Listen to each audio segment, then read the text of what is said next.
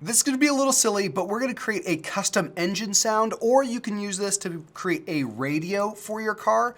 But now if you drive,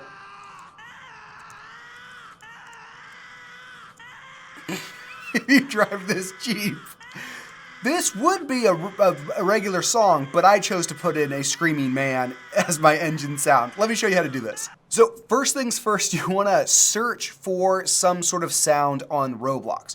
Once you have that sound, go ahead and click Get, and then we'll add it to your models on your toolbox in Roblox.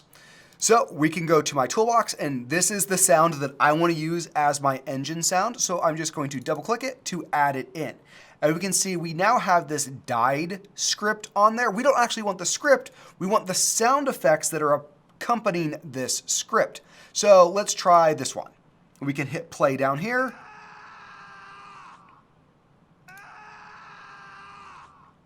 Perfect, that's what I want to use as my engine noise. So the sound ID is right above it. I'm going to click that to highlight it and Control C or Command C to copy it. Now I'm going to go into my Explorer and go up to the Jeep that I'm messing with, go to the engine block, open up the engine block, and then there is a running sound that is attached to it. We can see that in the properties, there's a sound ID. We're going to click in there, paste in our new sound ID, make sure it's the one that plays, and then go ahead and try it out. We're gonna play here. We're gonna jump into our Jeep. And there we go. We've got a screaming Jeep. This is exactly what I sound like when I'm in a race and I'm behind.